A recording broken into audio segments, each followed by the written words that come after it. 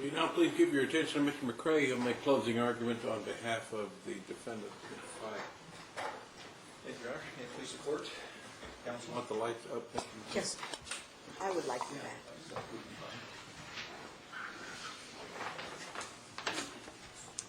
And did you want that screen up back? Or is it bothering you, Mr. Hart, to have that screen up? I'd appreciate that, Your Honor.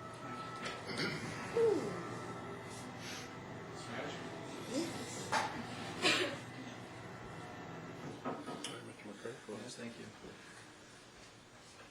Good morning, ladies and gentlemen. At least I think it's still morning, barely. I came before you on Monday and told you exactly what I was going to put on as far as evidence goes and what the theory of our case was. And we did that. We put on the witnesses necessary to show you exactly what had happened. There will undoubtedly be things that I will forget to tell you. I don't remember every single issue that came across, but I will try to hit on the most important ones and the instructions that I deem are most important. What I say is not evidence. What Mr. Fairviews says is not evidence. His translation is not evidence. You folks get to decide what evidence was credible and what evidence was not credible. Now, this is a situation where Mr. Fairviews and I agree on one thing. This case is about a motive of revenge. Absolutely. It was not the revenge of Mr. Pike and his acquaintances. That's not who was wanting to exact revenge. What this case was about was two individuals, Tafuna and Piscini, that they didn't get enough from the incident at the fireside. They did not get enough, and they still wanted revenge. They came looking for trouble. They got more than what they probably bargained for, but not more than what they deserved. And the law allows for that. The law allows for you to be able to protect yourself, to protect your friends, to protect your family, to protect the person sitting next to you, as long as you don't use more force than is reasonable. And we're going to talk about that. We're going to talk about the things that Mr. Fairviews has talked about as well.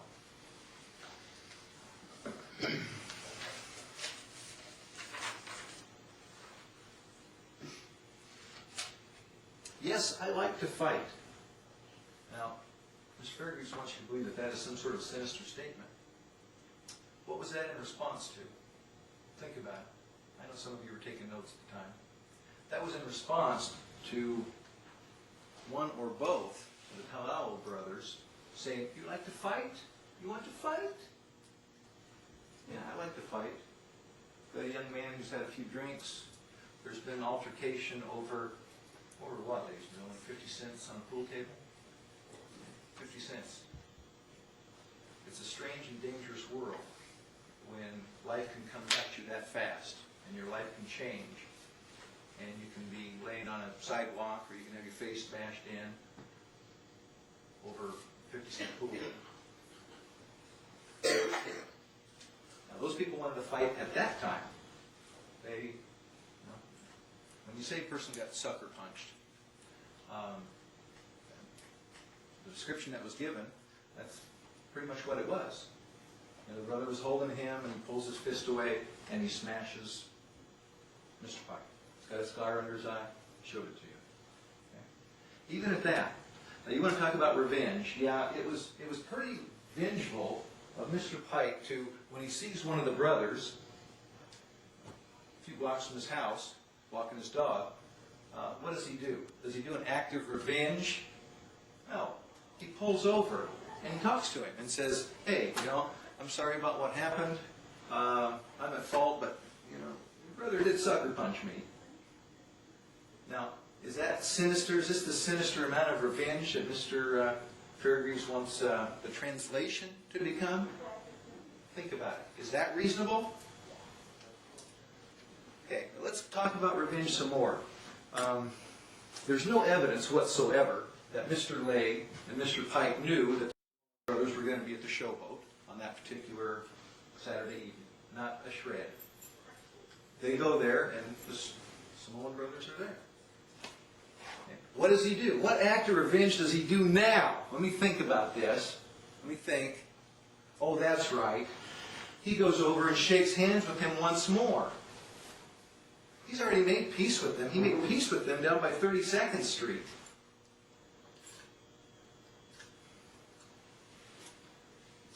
One of the brothers, and it's a little fuzzy as to which one, said, "Buy me a drink. Buy me a drink." Mr. Pike has a whopping $7 on him. And he said, "Well, I'm not going to buy you a drink, but we're getting a pitcher of beer. I'll pour you a beer." That sounds pretty vengeful as well. You know, when you want to get back at somebody, you buy them a beer. That's not good enough, brothers. No, you buy us a drink. You buy us a drink. No, confrontation is starting. And as soon as that confrontation starts, Mr. Fairgrave's unbiased witnesses, the bartender that is so unbiased and so neutral that she's going to go with her boyfriend, who's also the bouncer, an unbiased person. These people are so unbiased that they're going to make sure that the brothers get home at night after a night of drinking, because this is their custom. They do that quite often. But these unbiased people, what do? As soon as there's any type of confrontation in the showboat, who gets booted out? Who gets booted out? That man right there got booted out, along with another individual, Mr. Legg. And what did Mr. Legg do? He was at the bar buying beer. Did he even have any words with others inside the showboat? Think about it. Was there even one word exchange between them? No, he's buying a beer. But he gets kicked out too. Because anybody that's a friend of somebody that's having any problem with our people that we love and respect, remember that? Remember what they said on the stand? We love and respect them. And we have even more greater friendship with them now, since this happened. An unbiased witness, is that reasonable? And Mr. Pike, he's so hell-bent on revenge that at that point, when he's given the bums rush out of the bar, what does he do? Yeah, he does another vengeful thing. He gets the heck out of there. He tells Mr. Legg, "Hey, let's go. Let's run over to Jason Sampson's house." Mr. Legg, he's a little slow on the uptake on here. He hasn't had a cut under his eye. He hasn't got suckered punched by one of the brothers. And he steps into the fray. Yeah, you want a little of this? What does he get? He gets smacked by one of them as well. They run over to Jason Sampson's house. That's a pretty vengeful act as well. Keeps running. He keeps backing away from these people. Backing away. Now you want to tell me that you can't go to your house and expect to be safe? Is that the vengefulness here? And the state's case, I was waiting to hear it. I was really waiting to hear it, because they did an ambush. That's it. We're going to do an ambush because we know, that although there's no evidence whatsoever, there wasn't one shred of evidence that came over this stand that said that any of these people, any of this family, knew that down here in these apartments, that's where Mr. Taliello lived. What evidence did you hear come across that stand? Not a bit that they knew where he lived. In fact, when Mr. Pike was making amends with the brother down on 32nd Street, they didn't tell him where he lived. He goes, "We live blocks away. We live blocks over that way." He didn't know where they lived. But the state wants you to believe that at 2:30, 2:40 in the morning, that, well, we don't have any evidence that he called anybody or that he gathered anybody together. But the state wants you to believe that hey, Joe, I know you're going over to sneak into your girlfriend's house, but hey, would you mind waiting and wait for me for a while in ambush? I have a feeling that maybe, just maybe, one of these is going to walk down to an apartment that I don't know exists. Now, is that reasonable? Is that reasonable testimony? Reasonable theory of the state's case? Nobody laid in wait for anybody. Now, if Mr. Pike wanted revenge, it seems kind of funny that he sends his uncle down to the showboat to try to get his car. That was the whole thing that Mr. Pike was concerned about, was getting, and remember, it wasn't his car, it was his grandmother's car. He wanted somebody to get the car out of there. And in fact, when Mr. Brower went down there to try to get it, Mr. Pike didn't even go with him. Didn't go with him. Of course, I guess that's part of the revenge. is just sending your uncle down there to go and get your grandmother's car. These witnesses that say, oh yeah, I saw him pull up and wax him. There were a number of people at that area that evening. The majority of those people came there in a couple of vehicles. After closing time, now you remember the conflicting evidence. One of them said that they had left 45 minutes earlier, that Tafuna had left 45 minutes earlier. Of course, nobody else says that. What else does Tafuna say? No problem. No problems. No problems with the show vote. And he doesn't even admit to being down there at 29th and F Street. He doesn't want anything to do with that. He's not going to say that he was. And of course, Bassini, he's got a good excuse that, well, I've had this brain surgery thing, and I just don't remember. I don't remember anything about that. Mr. Fairview talks about what a coincidence that these people had all showed up here at 2:40 in the morning, or roughly. Is that reasonable? Well, I submit to you, it's about as reasonable as people going to have a barbecue at 2:40 in the morning. And what better way to enjoy a barbecue is to walk over to your house and get a fifth of Jack, I think is what the testimony was. You didn't have a fifth of Jack, even though it's already got blood alcohol content of 0.21. Need a little more Jack so we can go enjoy this 2:40, 3 o'clock in the morning barbecue. That's reasonable.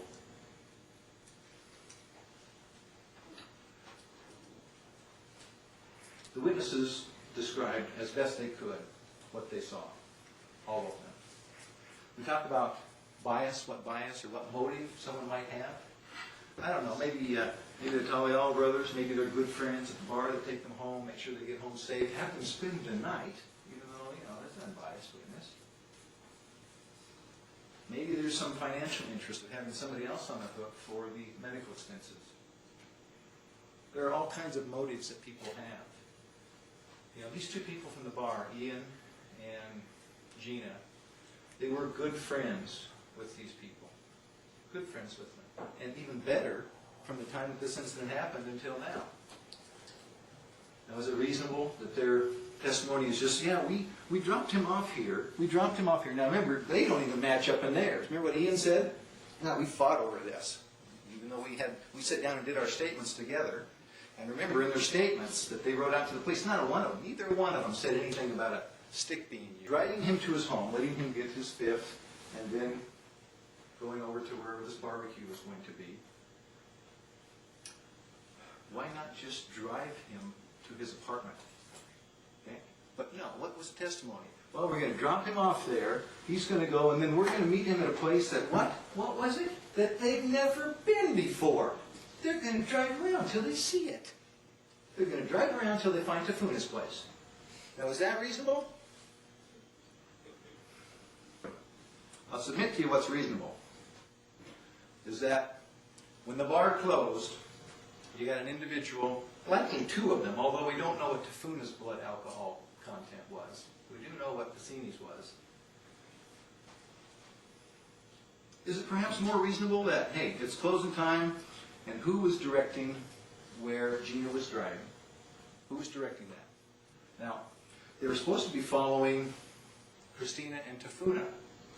Of course, if you listen to some of the state's witnesses, they had left 45 minutes earlier, so it's a little confusing on how they were going to follow them. But who was given directions on where to go? Bassini. Okay. Now, does Bassini know where Mr. Pike lives? Well, think about it. Remember when I talked to you about the amends meeting down on 32nd Street? What did Mr. Pike tell Tafuna? What did he say to him? I live right over there in the corner. They knew where Mr. Pike lived. Mr. Pike didn't know where they lived. Now, think about the number of vehicles. Gina wants to say, oh, it's just Ian. Just me and Ian. We drove up here and we let him off, and then all of a sudden this sinister Jeep coming down the road with no headlights pulled over. And that's what Gina says. But what does Ian say about that? Ian says the Jeep was coming this way. Remember that? these unbiased, credible witnesses? Is that reasonable? And one says, oh, Pasine, he got out and he walked over to this sidewalk. He was coming down here. And I think somebody jumped out of the bushes here.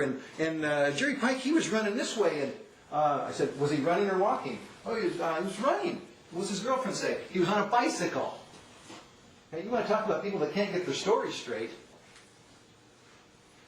What does Mr. Cass say? He was frightened by the that came up to his window and said, are you friends with Dad? Okay. He wanted the heck out of there. He wanted no more to do with this situation. Mr. Short gets out of his vehicle. And what caused the strike to Mr. Short? What precipitated that? What was he doing? He was handing a phone to Mr. Hayes. Okay. And what was Mr. Pike saying at the time? He was telling me he was calling for help. He had waved his stick in the air. And he was trying to tell Tyson Hayes, hey, this guy that's got his arm around me acting like a buddy jumped me. You know, don't listen to what he's saying. And Tyson Hayes is asking for a phone. And what happens? As soon as that phone's reached for, bam. Another sucker punch. Another sucker punch. Was Mr. Short expecting it?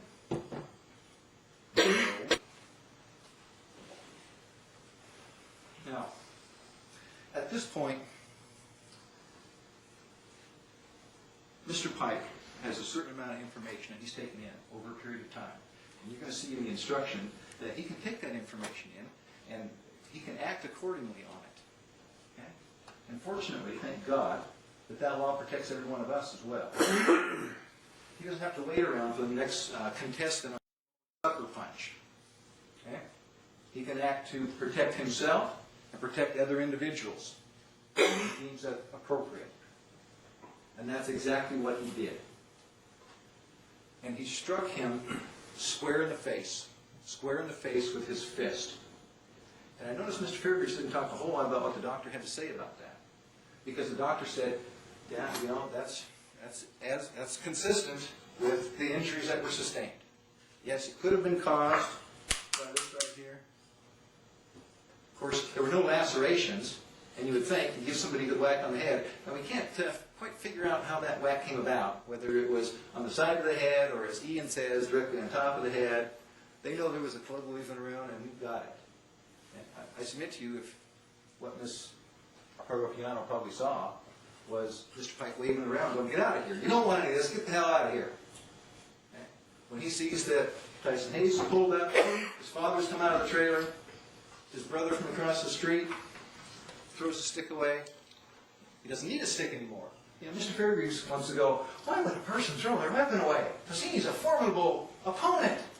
My word. I submit if Mr. Pike did anything unreasonable, it was disarming himself. But he wasn't scared at that point. There were other people around. Then at that point, that's when Mr. Short gets hit, gets sucker punched. And finally, now I guess this is where the revenge comes in. He finally has enough of it, and he puts a stop to it. He used a reasonable amount of force to put a stop to what this individual was doing.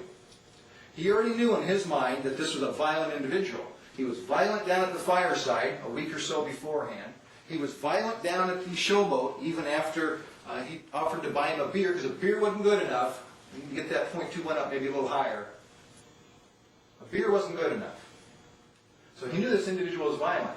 And then at that instance, he sees another sucker punch. He sees another one of his friends get a blow. Okay. How many does he have to see? How many does he have to watch? How much does he have to put up with before, all right, that's enough. We're going to have to put a stop to this. And each and every one of us ought to be glad that that law exists. Because it stops a drunken Samoan from smacking the next person, or the next person, or the next person. Now you think about how much any one of you would put up with. I submit to you that he would have been well within his right to even use this, or something greater, Think about the people that would have used a firearm against an individual like that. And they would have been justified. Mr. Pike didn't use a firearm, he didn't use a club. He threw that away, and he used a reasonable amount of force. And that was a single punch right in the face. That's what that's what fractured the nasal and eye orbit, and that's what made him hit the ground. Now, one of the instructions that you'll read talks about intent, and whether or not Mr. Pike had the intent to cause serious bodily harm to that individual. There's nothing to indicate that at that time Mr. Pike even knew that he had caused any serious injury to that person, or had wanted to. He wanted to stop him. He wanted to stop what he was doing, and he did. He used a reasonable amount of force in doing it. He didn't use a club, he didn't use a firearm, he didn't use a knife. He used what was reasonable. Now,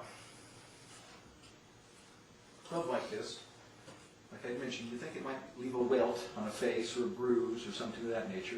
Having testimony about welts or any blood transference, even though when you listen to most of the witnesses, they say when I got up there, it's got blood all over, bleeding everywhere. But there's no blood transference whatsoever on this. Okay? This was in the grass. Do you think the state didn't examine that closely to see if there was anything on this that they could find to tie it to that guy there? Think about that.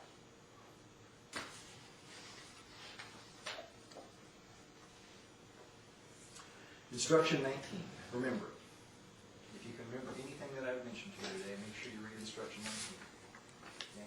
Sometimes jurors have a tendency to read the first few instructions and I'll start talking about this thing. Don't do that. Don't do it. Make sure you read all the instructions. Read instruction number 19. It very clearly lays out that it's a defense.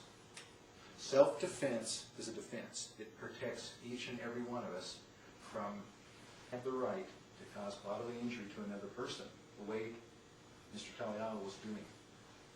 It gives each and every one of us the right to put a stop to that. To protect ourselves, to protect the person sitting next to you, protect anybody. They don't have to be a friend. They don't have to be Mr. Short. They don't have to be Mr. Hayes. They don't have to be your father, your brother, or anything else. It protects the person next to you. A civil case. This is a criminal case.